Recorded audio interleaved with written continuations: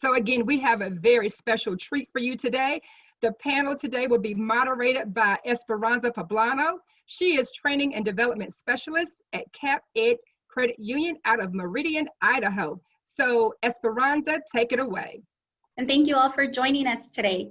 A huge thank you to the AACAC for sharing this space with us today in honor of Hispanic Heritage Month and to continue the commitment to change conversation. Like Michelle said, I'm Esperanza Poblano with Cap Ed Credit Union in the lovely state of Idaho, and I will be your moderator for this session. On our panel today, we have 4 Latinx young professionals that I'm eager to introduce to you all. First, help me welcome Maricela Castillo, who is a research specialist, multicultural business strategist at CUNA Mutual Group. Next, we have Luis Carlos Islas, branch manager at TFCU. The lovely Stacey Bryant is with us as well. She is the executive vice president for East Coast Credit Unions at CheckAlt. And last but certainly not least, Vladimir Rosales, vice president of operations at VA Desert Pacific FCU. Again, thank you so much for joining us for today's Friday's Conversation, Insights with Latinx Young Professionals. In today's conversation, we will be discussing and sharing stories about professional development, mentoring, and the importance of bringing more diversity into the industry. As we go on with this session, feel free to ask questions. Locate the Zoom chat and share those questions with us. We'll make sure to answer them towards the end of this discussion. To kick off this discussion, let's get to know our panelists a little bit more. Panelists, please tell us more about yourself. How do you ethnically identify and what motivates you? Maricela, let's start with you. Hello. I would first just like to say thank you for allowing us to have this space. I think this is so important that we're able to bring these communities together and have this conversation. So a little bit about me. I started at CUNA Mutual Group when I was actually an intern. So I started in 2017. I've recently become full-time in January of this year. I ethnically identify, so I'm Mexican. My family, from my dad's side, comes from Acámbaro, Guanajuato in Mexico, and my mom's side is from Jalisco in Mexico. And what motivates me? I think the main thing that motivates me is when I was growing up, they didn't have many people that looked like me in positions of power, in positions of anything with financial or things like that. I didn't really have anybody to look up to in these kind of positions. And the main thing that motivates me is that way I can be that person for the next generation, and I can continue to uplift the people around me and the generations to come. That's beautiful. Thank you so much, Maricela. As I was saying, I need to go to Guanajuato to your family side, as my family is also from Guanajuato. Luis, tell us more about yourself. Hello, thank you for having me here. My name is Luis Islas, and I do identify myself as Hispanic. I was born and raised in Mexico, in the state of Chihuahua, in a little town named Cuauhtemoc. Today I'm here honored representing TFCU and the city of El Paso, Texas. I am currently the branch manager for one of our locations. I have been with the banking industry for about 13 years. Out of those 13 years, 4 years with TFCU, and I'm currently the branch manager. I love the credit union. I love what we do. I call it banking with a purpose. So that motivates me because I feel that I can make a difference and I can impact our community. I love that. Banking with a purpose. I feel like that sums it up perfectly. Thank you, Lisa, and welcome. Ms. Stacey Bryant, tell us more about yourself. Thank you so much, Esperanza, and thank you so much, everyone, for having me participating in this amazing panel that really hits close to home. Trying not to be overly emotional here, but let's go. Good afternoon. I'm Stacey Tavarez Bryant, or as my family says, Tavarez, first generation American-born Afro-Latina. And a few years ago when I got married, formerly known as Stacey Tavarez, it was very, very, very important for me, for just everyone else around me, for my future kids at the time, for me to still carry that Tavarez name. And I made that Tavarez name, I kept my maiden name, and I made it my middle name. Today, you know me as Stacey Bryant, but Tavarez is written all over my legal documents, y'all. Both my parents were born and bred in the Dominican Republic, and I was born and raised in Brooklyn, New York. Shout out to Brooklyn. So where so many people at the time looked like me, but yet I still struggle in fitting in. I represent Checkoff based out of New York as Executive Vice President for East Coast Credit Union Relationships. Prior to joining Checkoff, I was formerly at American Airlines Federal Credit Union for nearly a decade. And like Luis, I've been in the financial services industry for a little over 13 years. My motivation behind how I identify myself, as well as how I carry myself, would definitely be my two daughters, Mila and Maya. Mila 4, Maya 2, going on 30. Whew. How they perceive, it's amazing how, and what's important to me is how they perceive me is how they're going to be perceiving themselves. And although cartoon characters nowadays have been much more diverse, my purpose for them is that no matter their skin tone, their hair, their background, they would be an amazing asset to anyone they meet and anyone they go, and anywhere they go. My second motivation is to all the people of color that I've crossed paths with throughout the years. As a leader, a colleague, and a friend, it was important to me to help others mold their careers and interests by recognizing their work, potential, and worth. Thank you. Thank you, Stacey, so much for that. And like you said, our kids are definitely the future, and we need to make sure that they see that representation as well. Mr. Vladimir, tell us more about yourself. Hi, I'm Vladimir. I am the Vice President at VA Desert Pacific Federal Credit Union. We're a small credit union here in beautiful Long Beach, California. I am Mexican American. I've been in the industry for 13 years. Looks like we all got that in common. I've been in banking for just under 20 years. I started with commercial banking, Bank of America. And then I went to the better side, right? The credit union world. I think my motivation, other than coffee, I drink loads of coffee, is my dad. My father, didn't have a penny to his name, and he put himself through school, became a veterinarian. And then that wasn't working out, wasn't paying the bills. And this is all in Mexico. So he actually became a politician. And, that he had all that. He built something really good. My brother and my sister were born out there. And even with all of that, he decided to move into the US because he saw that there was going to be more opportunities for us. And he felt he already made a life without a penny to his name in a third world country, that why couldn't he make it here in the US? And, he had a good vision. I'm, very grateful that he did that. And hopefully I can do something as noble in my life. So that's where my motivation stems from. That's awesome. I can already tell you guys that tears might be flowing in a little bit, but this conversation is definitely very important. And I'm very happy that all of you guys are joining us and our panelists. I can't wait to hear everything you have to say. You're all inspiring in so many ways. So let's go ahead and get right into it with our mentorship, coaching, and sponsors. So Luis, let's start with you. Who are some of the people that helped you get to where you are now?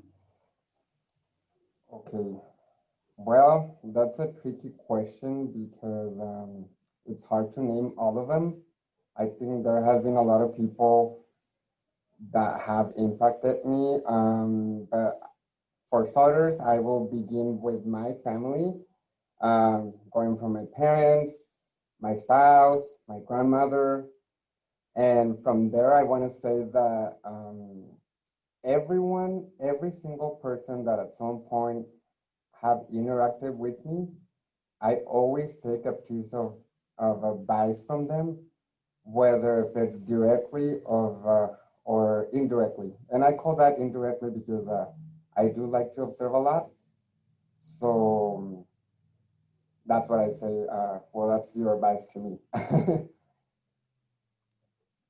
And then, well, they inspire me in so many ways because I look at their backgrounds, I see where they come from, I see what they go through every day, and they still have that positivity to still, go on with their day, their lives, and I think to myself, why not? Why can't I do it? So yeah, that will be my motivator. That's perfect. And yeah, you're right. Why can't we do it too? Why can't we make that change, do what we want to do, and reach those goals that we have for ourselves? Absolutely. Stacey, when thinking about mentors, coaches, and sponsors, who would you say these or this individual is? When I think about someone mentoring me, coaching me, I think about people that are compassionate and altruistic individuals that really see the potential that you have yet to see in yourself. People that will listen to you, yet check you. And when I say check you, mentors who will use their wisdom to give you an alternate option, right? Mentors who will share as many tools as you need to get you to that ultimate goal. One of those mentors for sure would be my former branch manager over at American Airlines Credit Union, Abigail Clark Curry. Abigail had initially hired me as a part-time member service representative. And from there, I truly wanted to do more. Like Vladimir, I also was over at the dark side at a bank prior to joining AA Credit Union, but I wanted to do more. I wanted to do more for the branch. I wanted to do more for the overall community that we served. Being a fearless Black leader herself, Abigail saw in me what I did not see in myself at that time. And now I considered what she saw skills. And that was being true to myself and not intimidated because I may have felt inferior of others, right? Or to others. She saw how I genuinely engaged and cared for these underserved communities and groups. So the branch that we were in within American Airlines Credit Union, it was located and still located in one of New York City's airports, LaGuardia Airport. And a lot of the cabin service workers, gourmet food prep folks, those nuts and food that you eat on the planes, you know, good old pre-corona times. A lot of these positions were filled, people of color, minorities, a lot of Latinos who barely knew English, right? But they did what they had to do on minimum wage. And there was a huge gap. Missing, right? That financial education piece. And Abigail, when she hired me, she bestowed upon me in bridging that gap. And she saw that. She involved me in all of the branch decision-making fields, if you will. And I think it was every quarter over at American Airlines Credit Union, we had different marketing campaigns, and she always wanted to hear what I had to bring to the table. When it came for her to go to these quarterly regional meetings, she heard me, and she brought that up to the C-suite of the credit unions. And noticing that, Abigail had provided me to the access that I never would have had it not been for her, to trainings. We'll just leave it there before I start waterworks here. Another one of my most recent mentors is the lovely president and CEO of the African American Credit Union Coalition, Miss Renee White. Sorry, Renee, I know, but I got to put you out there. Renee has involved myself, my organization, in an incredible amount of conversations and panels in such a short period of time, in which I've met tons and tons of people. And whether that was over at this year's GAC conference, or even as of lately virtually, these introductions to people who look like me or share the same story as me and have paved the way within the credit union world, that means so much to me, Renee. And Renee, that is truly you paying it forward, and that is what a mentor and a leader consists in, right? And Renee's most famous line, as she delivers it, Renee always says, "I'm the possibility of people serving people passionately." Thank you, Renee. Thank you, Abigail. We all need a little bit of Abigail, and if you have not spoken with Renee yet, I highly encourage that you do. I've told her myself that, probably just like you, Stacey, fangirl over her. You're just amazing, Renee, and we always thank you for all these amazing opportunities that you give all of us. Maricela, you and I have spoken before a lot.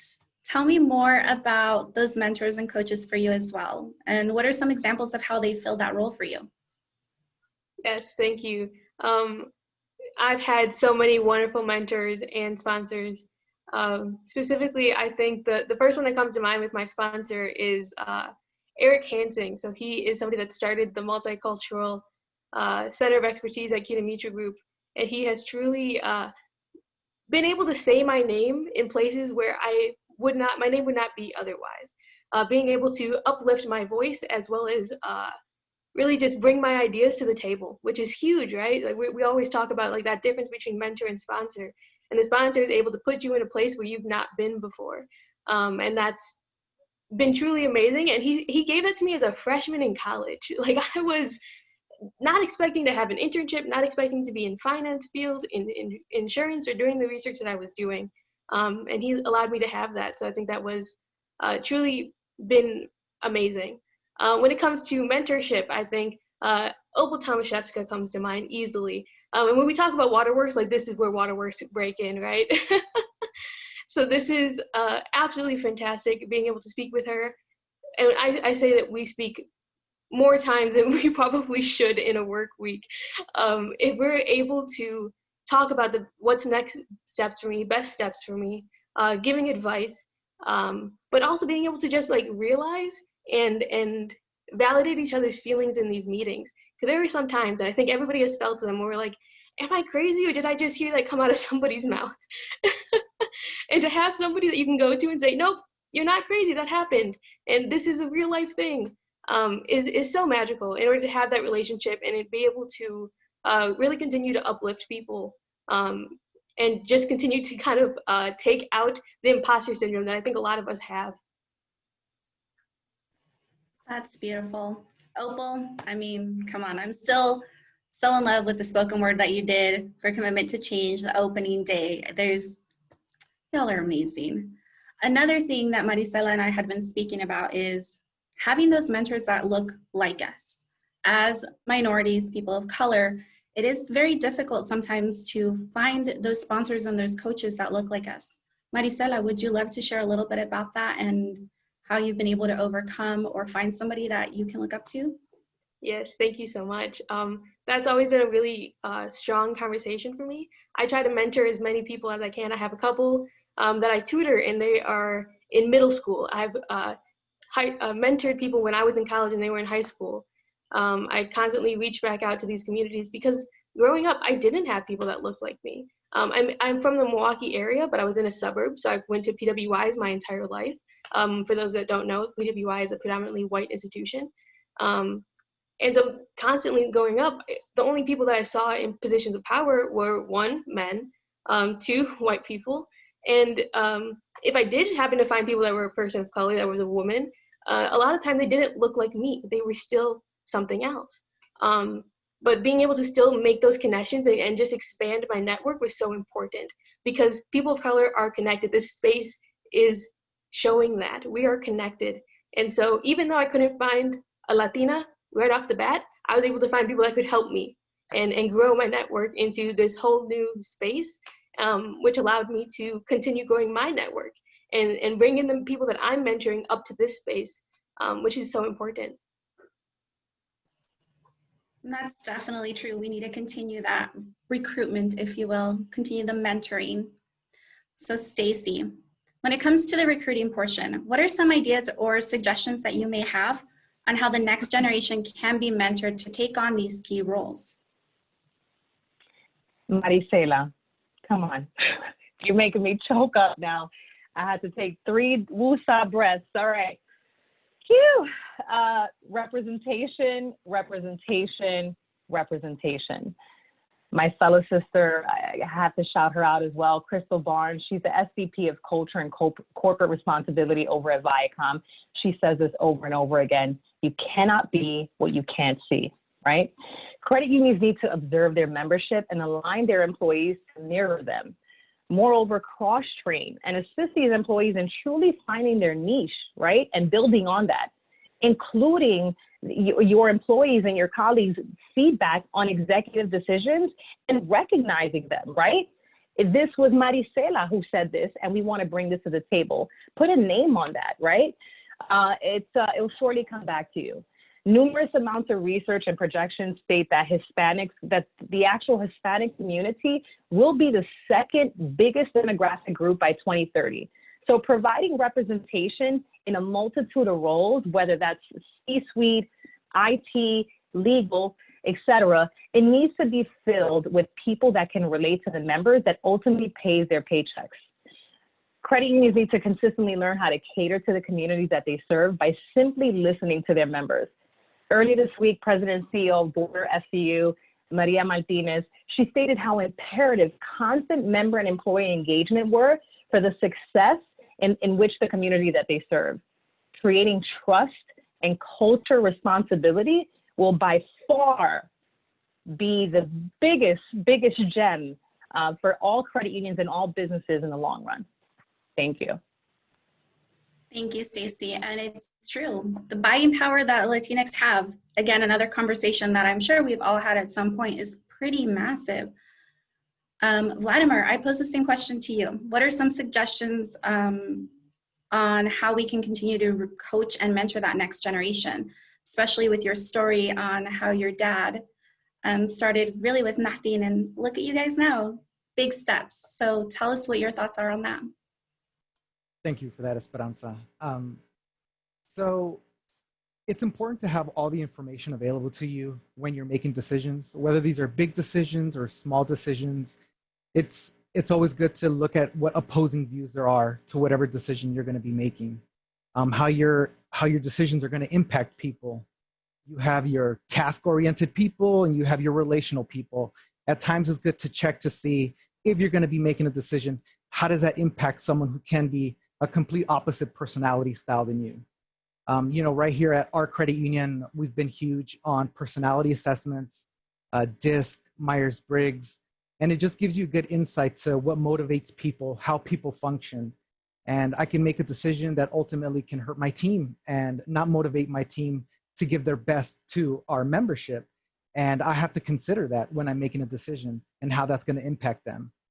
Just like Stacey was saying, we include everyone here when we're making decisions. Whenever we have strategic planning, we get input from everyone, our tellers, our MSRs, our supervisors, our managers, everyone gets to join into the conversation. It doesn't mean that your ideas are going to get implemented, but it makes you feel like you were heard, and it makes you be able to accept and buy into whatever decisions the credit union is ultimately making because you back their vision. So I think it's really important to make sure that everyone has a voice. And that doesn't mean that the decisions, again, are going to play out to what they thought, but they were heard and they're going to have a lot more buy-in and feel good about whatever decision the credit union is going to be making. So, yeah. I love that. Having everybody feel like they're heard. Follow-up question for that is, how do you deal with the times where somebody feels like because their ideas were not implemented, they're not being taken seriously? How do you deal with that and help them understand that even though right now is not the right time for that, we can probably look for it in the near future? I think you have to allow people to come up to that conclusion on their own. You guide them and you ask them questions that ultimately will help them understand where the decisions you're making come from, where they stem from, ultimately where's our goal, how does our goal support the mission of the organization. You know, here we make sure that everyone has their own vision statement. And it's not to say that it's going to be exactly aligned with the organization, but statistics show that once you're very clear on who you are as a person and what your vision is, then you'll be more in tune to be aligned with the vision of the organization. So I make sure that people understand that and ultimately help them come up with those same conclusions that we're coming up with, because they're able to understand that because they're able to understand themselves better.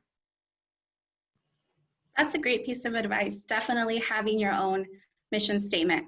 I'm pretty sure a lot of us are probably going to start writing our own right after this, just to see, you know, what effect that takes on us. Thank you for that. Luis, back to you. How important would you say it is to bring more Latinx into the industry, more minority, more representation, like Stacey said? Okay, I think is very, very important for us to open it up and target other minority groups like the Latinx, for example, in this case. More so going back to what Stacey was saying, that we have acquired this economic and buying power and purchasing power within the US. So I think it's very, very important for us to go back to the basics and educate, because I think that us as being Latinos or Hispanic, sometimes there's no one around us that can teach us how to do our finances, how to build your credit, how to even use a debit card. Believe me, up until this day, there are people that have no idea that a debit card is the same as using cash. So I think that it's going, like I said, it's going back to the basics, is inviting people, it's targeting, make it open for everyone. It's very, very important. It's very important to target people at a younger age, but again, every age is welcome, because having a diverse group, it is very, very important as well. So that's my piece of advice. I think that if you look back in history, even for, to all the leaders and the mentors and everyone that you guys have talked about, look at it, and what got them to be where they are started with the necessity. They needed something at some point. And I'm probably gonna take a little more time. You guys brought me a very good example of, that's a personal experience, of my grandmother. She became a widow at the age of 40 with 4 kids. Okay, so she had a need at that point, and it was to provide for her family. So she had to start a business, and then that business, with whatever she knew, which was sewing and crochet, pretty much, and cooking, she developed a business that up until this day, that business is up and running. And that's one of the reasons why I'm here, because that business got me through college, because it became the family business, of course.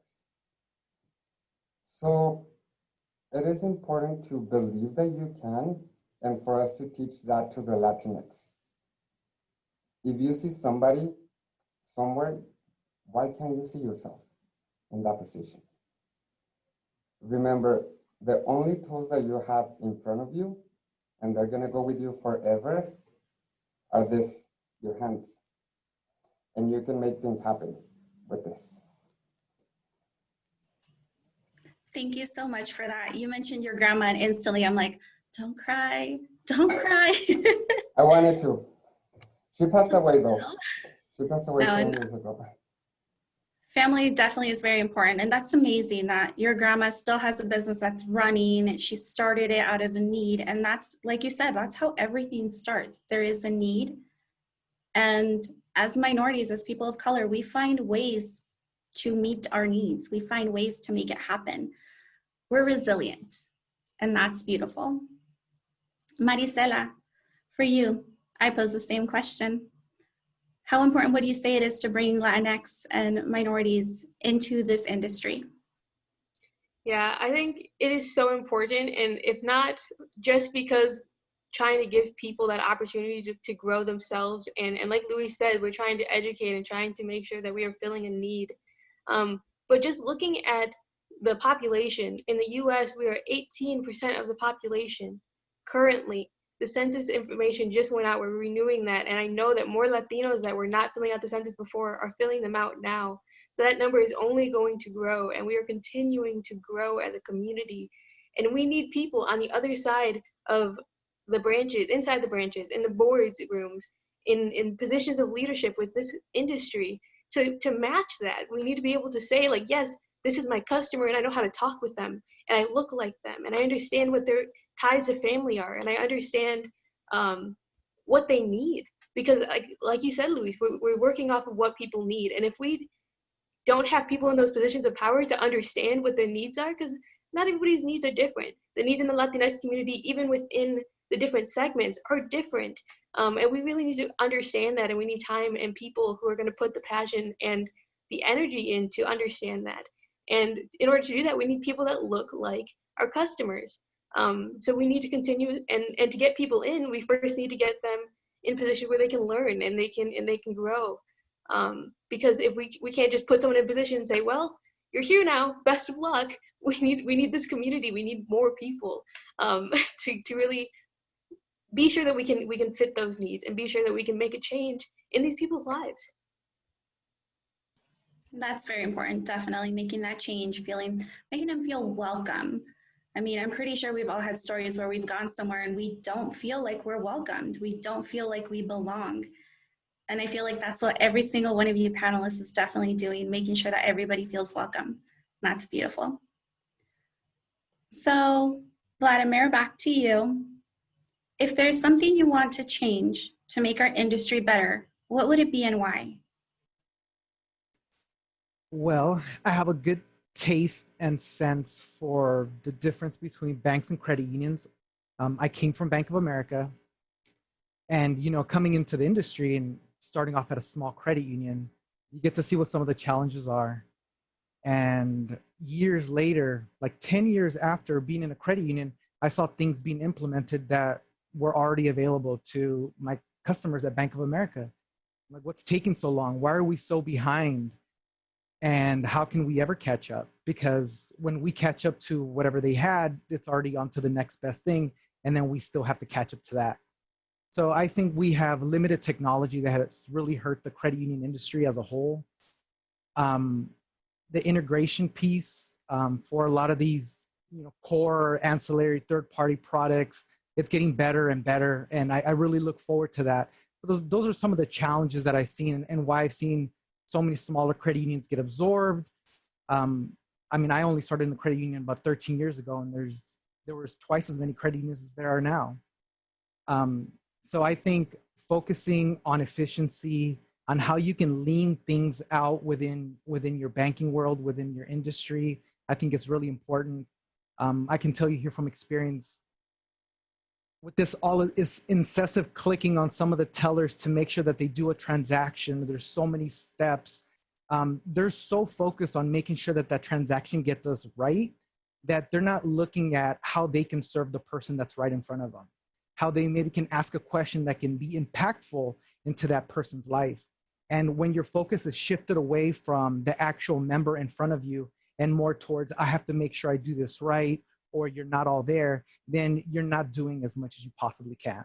So, here I just look for efficiency, better technology. How can I shift the focus away from what you're doing and really helping someone? So better technology, but I see it getting better every day. So I'm optimistic. Ever evolving technology, and hopefully we get to that point too, because tellers are the faces of our credit unions. They're the ones that are greeting everybody as they come in every day. So if we can focus more on the service portion and really focus on people helping people, I can totally see that making a bigger and greater impact. Luis, what's one thing that you would like to change in our industry, if there is anything, and what would it be and why? Okay, I don't think there's anything that we can change. No, just kidding. There's always room for improvement. What I see, because of the purpose and what we do at the credit union movement, people helping other people, what I would want it to change is to target other minority groups, not only, well, it's not only targeting, but invite other groups to become one. Because how Maricela mentioned, the Latinos, we are 18% of the population in the US. So what if we bring everybody together? Why do we try to educate everyone? Because probably the same adversities that us Latinos or African Americans go through every day, it's probably the same, they're probably the same struggles that Middle Eastern people might have living in the US, of course. So that's something that I will change, try to educate everyone, to bring everybody on board and group them together, because remember, when we work together as a group, regardless of your background, we're better. I think that opportunity is given to us every day, because every day, depending on where you are, the sun comes up. So that's your opportunity. It depends on you, regardless of where you come from, who you are, whatever. It depends on you, how you want to make it better. I love that. Thank you so much for that. Stacey, what is one piece of advice that you want to give other young professionals in the industry? Thank you, Esperanza. Before I answer that question, Esperanza, I just wanted to add on to what Vladimir and Luis has said as far as what other changes can be made. And I believe in really understanding a true member situation. Exceptions can be made, right?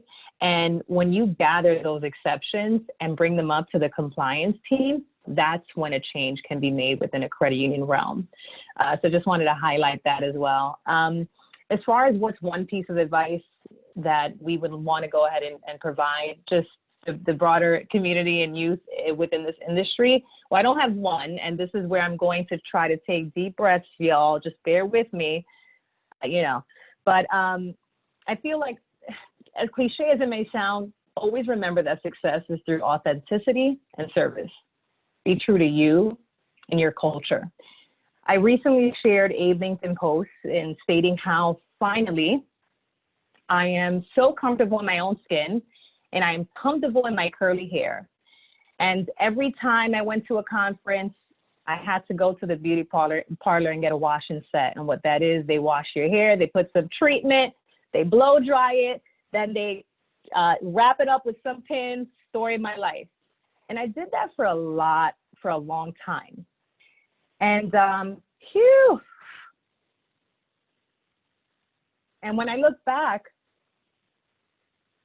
was I trying to fit in, or was I trying to pass for white?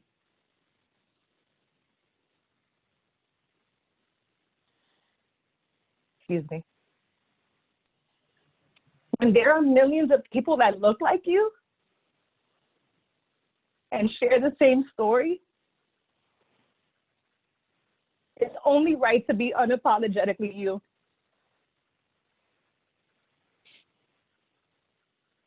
Ooh, I try to be Brooklyn, y'all. I try, but this Brooklyn girl got a heart. Don't be afraid to go with your gut and speak up. Remember that what makes you different at the table sets you apart. Continue to expose yourself to new ideas. Oh my gosh, sorry, y'all. I feel like a therapy session here. Continue to expose yourself to new ideas, people, to new courses. Always add these instrumental feathers to your hat. Trust and believe there will be a time and place where it would all fit in and it will be for you. That's all for me. Oh, Stacey, you got the waterworks going, but it's so true. Be authentic, be yourself. And like you said, it's so hard when you don't see people like you in the industry or around you. And you are absolutely somebody that I look up to because of that. So thank you. Oh gosh. You guys, this is harder than I thought to keep it straight here. Maricela, what's one piece of advice that you want to give other young professionals in the industry? Well, first I want to say thank you, Stacey, for opening up and letting and speaking to us about that. It is so important. Sending you all this love, trying to pull myself together to answer this question. Thank you for this panel. This is fantastic. Holding it together. We are doing this, guys. Okay, so I think the very first piece of advice I want to say is trust your voice. Something that Opal has said before, and I hope that y'all have heard it. She's told me before, I'm going to speak even though I'm shaking.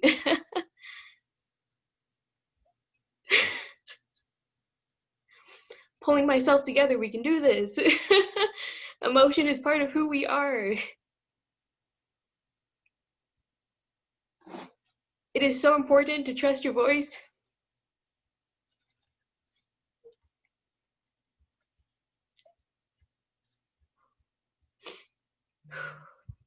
And to say what needs to be said.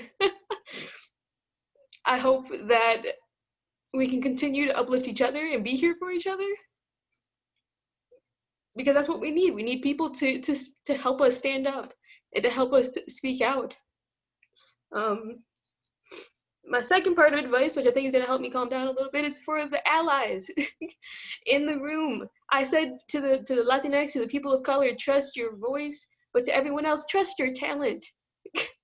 Know that they know what they're talking about. Know that we have emotions. I'm here and I'm crying.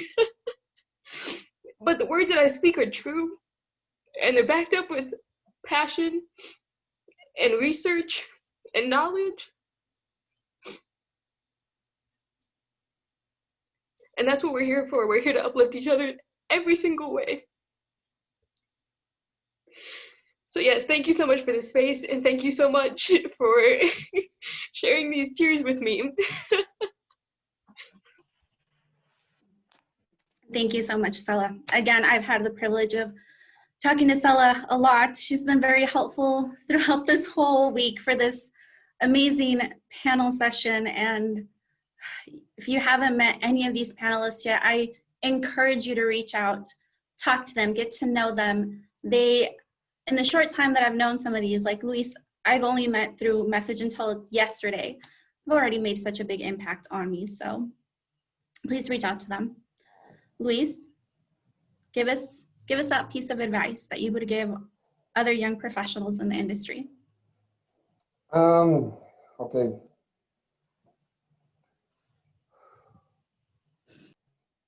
Good to go. The piece of advice, more than anything, believe in yourself.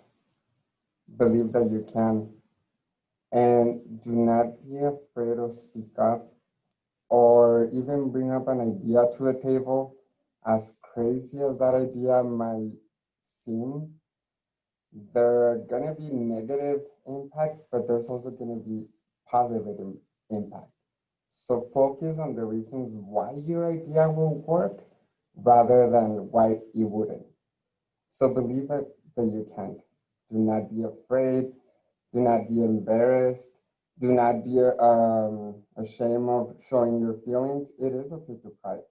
And it is okay to, people who know me know that, and they'll probably see me that I always love to make a statement, but I'm not afraid of what other people may think.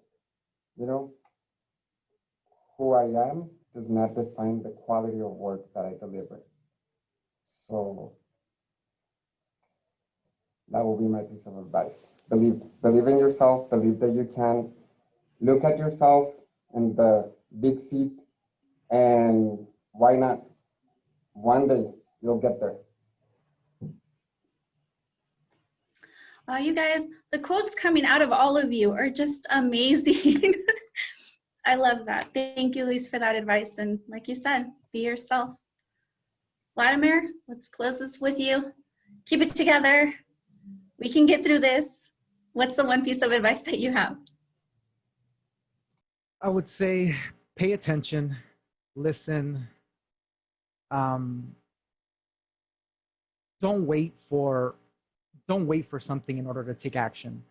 You know, I've seen a lot of people, oh, if I got paid this, or if I was this, then this is exactly how I would act. Act as if you're already that. Dress as the position that you want to end up in.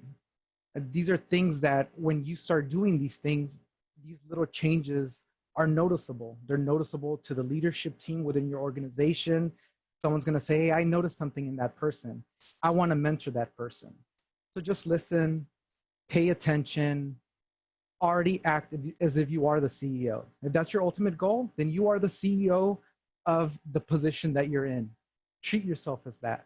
And people will see that, and it rubs off on other people. It's great for building rapport and camaraderie with your teammates, with your team. So yeah, that's my 2 cents. I love that. Don't wait for something in order to take action. That definitely resonates. Wow. Thank you guys, all of my panelists, everybody joining us. Thank you so much for joining us for this session. We do have time for some questions. So if you have any questions for our panelists, please put them in the chat. AACUC, Melcup, thank you so much for allowing us a space, for allowing us the opportunity to celebrate Hispanic Heritage Month. Doesn't matter if it ended yesterday, technically, ironically the same day as International Credit Union Day, but we need to celebrate. We need to celebrate all of the victories, small, the big ones, everything we can. Michelle, is there any questions for our panelists out there? Absolutely, and great job, Esperanza and panel. We are so happy that you are here with AACUC today. The first question is for Stacey, Maricela, and let's see, I'm going to grab one other person on the panel. Tell me about your first time meeting Renee Saty-White. How did you feel? And what have you accomplished, or what have you done since meeting her? How has your life changed? As soon as I joined Checkalt, we are a vendor, a fintech vendor that services credit unions. And, you know, out of my AA credit union space, I just told myself, how do we grow, right? And how do we grow? How do I continuously put myself out there within the credit union world outside of what I already know? And with the help of Trish DiMaggio-Zander and Jackie Takei, my counterparts, also executive vice presidents of Checkalt, they started speaking about Opal and Angela Russell.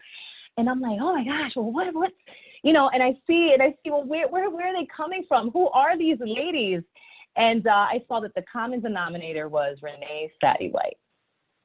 And I was on LinkedIn on the AACUC page, trying to get into the double Dutch game, if you will. Nothing. And it wasn't until I had a conversation with Dwayne Day from MECU of Baltimore, right? And one conversation led to another, and I'm like, I have been trying to get a hold of the people of AACUC. Can you help me? He's like, oh my God, I'll connect you right now with Renee Saty-White. So of course, groupie me, not even knowing who Renee, how she even looked like. I just heard of her and all that she did. Set up a call. We set up a FaceTime call. It was supposed to be 15 minutes.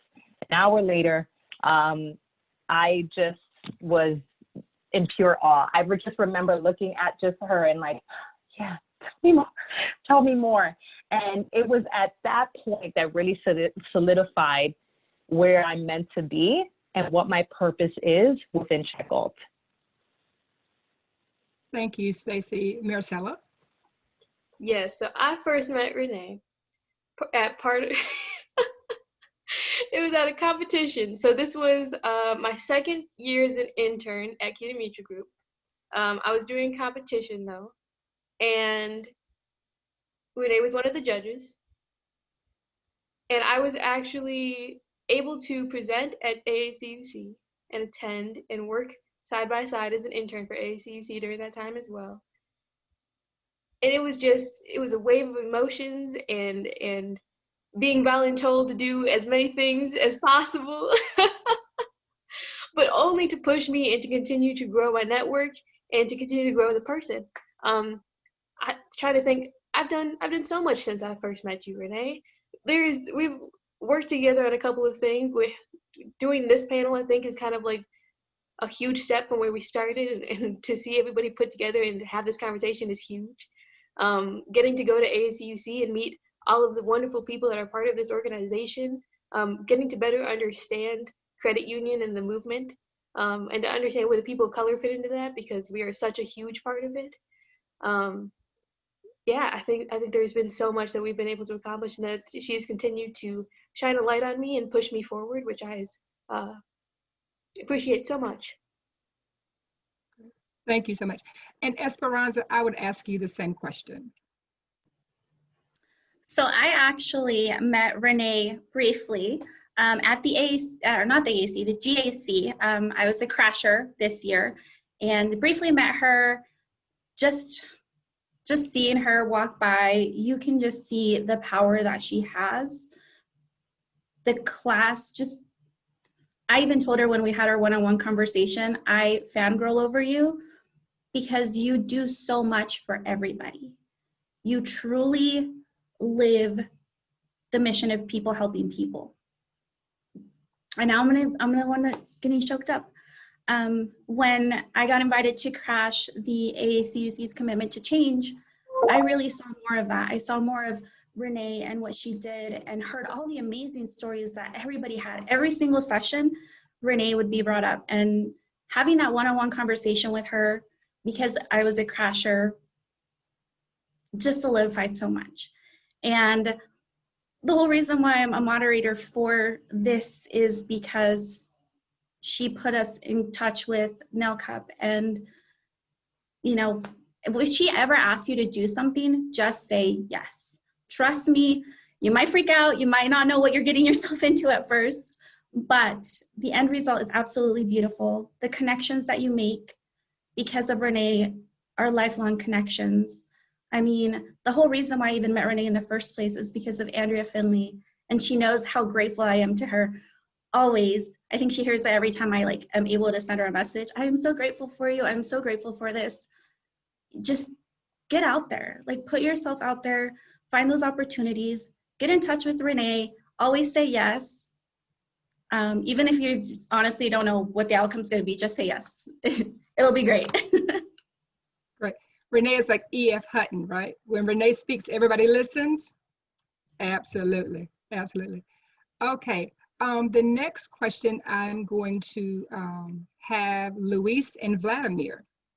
What are some common barriers that prevent Latinos from working in the financial industry? And in your opinion, what can they do to overcome these obstacles? Okay, I'll go first on that one. I think that as Latino, whether you came over to this country or you were born here in the US, right up when you join the workforce, either you follow the pattern of, other Latinos, and for some reason, and there's nothing wrong with it, but the role that we are assigned to fill is the service, construction, jobs, you name it, the hard work. And I'm not saying that what we do, it's not. And I put myself as an example because getting myself through college, I worked at a restaurant. I did warehouse, general labor, and it did help me because it helped me realize that I didn't belong there. And I said, you know what? I think that I'm better than this. Not that there's nothing wrong, again, that I'm better than this. So I think that even when I was born, my parents had another expectation of me. So this is not it. And I value the people who do that. And we all do, because probably those are the people that hand you coffee every morning and the drive-thru. So I value what they do. But it's more, again, going back to believing that you can do better than that. And why not try it? What's the worst thing that could happen if you try it, and if it doesn't work out for you? You can always go back and start from zero. Again, my example, I've been in the banking world for 13 years. I started at a bank and I was sort of at the top, and I left because I felt that whatever my whatever I could do for the organization was already done. And I took the risk to join the credit union movement, to come to TFCU and start from the bottom, because I started as an MSR, and I'm still here and I love it.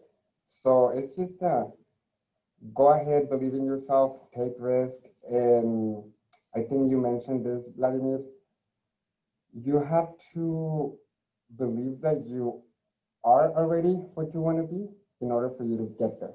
So picture yourself where you want to be, and why not try it? Don't be afraid. Thank you, Louise. Vladimir? Thank you, Michelle. So I think it's very important to be optimistic. I think a lot of what I see is that people tend to feel sorry for themselves and see barriers as barriers instead of opportunities. Once you're able to overcome that, how much stronger are you? What did you learn from your experience? How can you apply that to anything that comes your way in the future? I just tell people to look at everything as an opportunity, learn from everything, learn from your failures. More so than race, look at yourself as the individual that you are. What is it that you want to be, regardless, right? If I became a branch manager at Bank of America when I was 20 years old, and I was still going to college, and I was put in that position at a very, very early age. There's a lot of people that didn't like. It was more about the age that I was, and this kid still, wet behind the ears, and now he's having to make decisions for all of these people. So that really taught me that listening to people, be optimistic, believe in yourself. But that belief has to be backed up with knowledge. You have to be committed to your craft.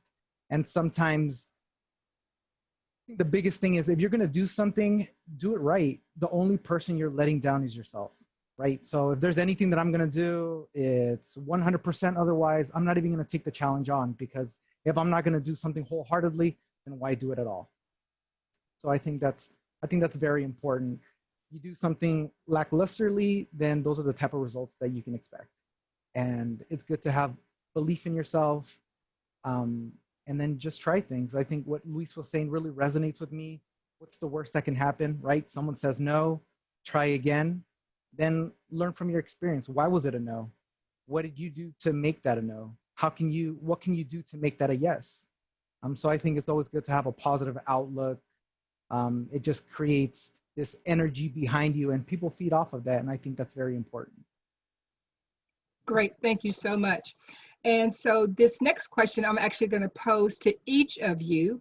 We are at 1:58, so about 30 to 45 seconds max, okay? And so tell me, and I'll tell you the order, what do you mean in your community? When your community sees you, because each of you spoke about the impact that needs to happen and the support in your own communities. So tell me what you mean or what you represent to your community. So let's start with Luis.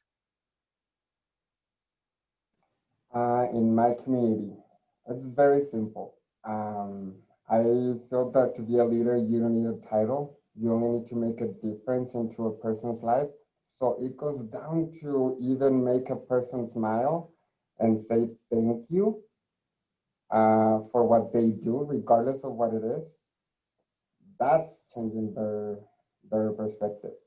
Now, when you teach someone something that has been there for the longest time, technology, for example, nowadays with the pandemic, that some of us can have face-to-face contact, teach someone that nobody had taken the time to sit down with that person and teach them how to use technology to do their finances. That's impacting the community. That's making a difference. Okay, great. I hate to do this, you all, because I know I said about 30 seconds, but it is straight up 2 o'clock and we have to end on time. But this has been such a phenomenal panel. Let's keep the conversation going via email, chat, because again, I want to hear what you all mean and what you represent, because I know that you are so very important to your communities. You're important to us. And so again, we thank you all for coming today. We appreciate you. We love your stories because we all share a common view. We all have the same goals in mind for our communities, for our families, for our friends. So again, it is straight up 2 o'clock. So we will continue this conversation, and we will see you on the next AACUC Commitment to Change Conversation series 2 Fridays from now. In 2 weeks, 1 o'clock, we hope to see you again. Come on back. Thank you so much, everybody. Have a fabulous day. Happy Hispanic Heritage Month. Take care.